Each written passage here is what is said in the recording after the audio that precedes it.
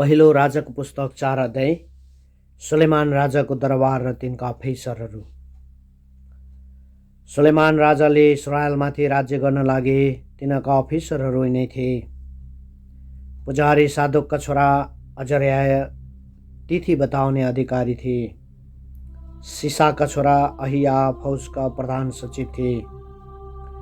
अहिलुदका छोरा यहोशापात राज्यका मुख्य सचिव थिए। योयादाका छोरा बनयाह सेनापति थिए। सादोक र एबियातार पुजारीहरू थिए।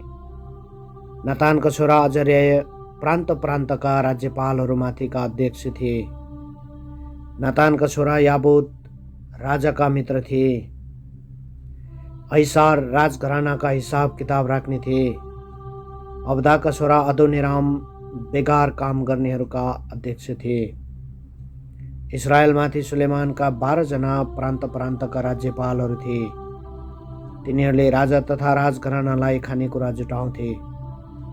प्रत्येकले वर्षमा एक महिनाको खानेकुराको जिम्मा लिएको थियो। तिनीहरूका नाउँ यिनै हुन्। एफ्राइमको पहाडी देशमा बेनहर, माकास, साल्बैम, बेतसेमेस, एलोन र बेत तनानमा बेन्दकेर, अरुबोतमा बेन हेसैद, तिनको जिम्मामा सोको र हेपेरका सबै देश पनि थिए।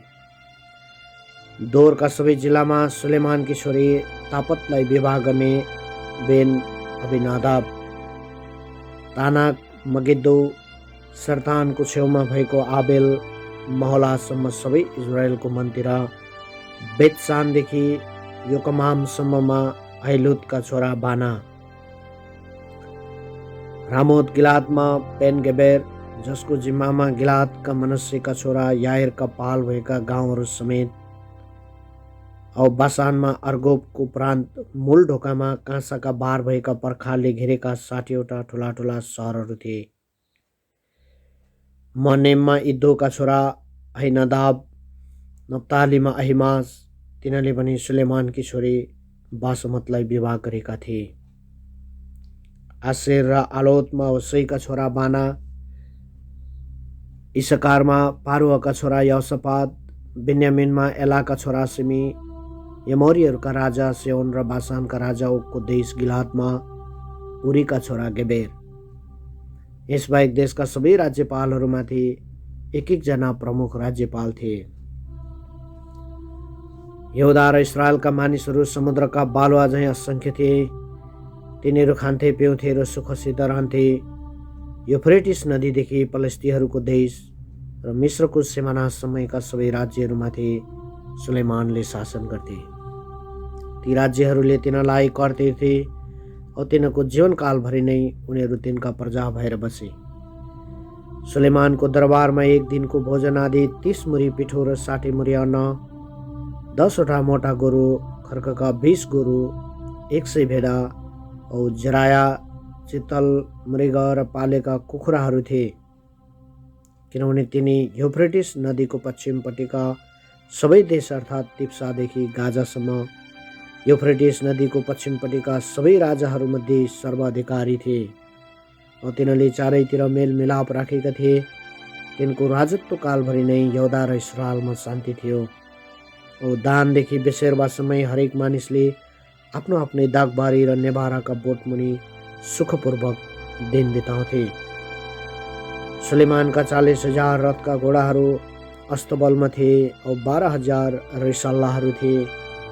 प्रान्त प्रान्तका राज्यहरूले हरेक महिना पालै पालो सुलेमान र तिनका टेबलमा बसेर खानेकुरा जुटाउँथे। यसरी ल्याउँदा तिनीहरूले ती चिजहरू कहिल्यै घटी गराएनन्। घोडाहरू र रथका घोडाहरूको निम्ति पनि तिनीहरू हरेकले आफ्नो आफ्नो कर्तव्य अनुसार जौ र पराल जुटाउँथ्यो। परमेश्वरले सुलेमानलाई ज्यादै बुद्धि र ज्ञान औ समुद्रको किनारका बालुवा जतिकै समझशक्ति दिनुभयो। त्यसले गर्दा सुलेमानको बुद्धिपूर्वकका सबै मानिसहरू र मिश्र देशका सबै मानिसका बुद्धिलाई मात गर्ने थियो। किनभने तिनी अरू सबै मानिसभन्दा बुद्धिमानी थिए। एजरही, यतान, महलका छोराहरू हेमान, कलकोल र दर्दा भन्दा पनि तिनी बढी बुद्धिमानी भए औ तिनको ख्याति वरिपरिका सबै जातिहरूको बीचमा फैलियो।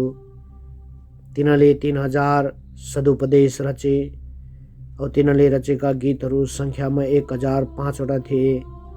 तिनले रुखहरूको विषयमा लबनोनका देवदारदेखि लिएर भित्तामा उम्रने झार, विशेषसम्मका विषयमा पशुहरू, पक्षीहरू, कसरनी जन्तुहरू र माछाहरूको विषयमा बताउँथे। सुलेमानको बुद्धि सुन्नलाई सबै जातिका मानिसहरू आउँथे औ तिनका बुद्धिका कुरा सुन्ने सबै राजाहरूबाट तिनले सौगात पाउँथे।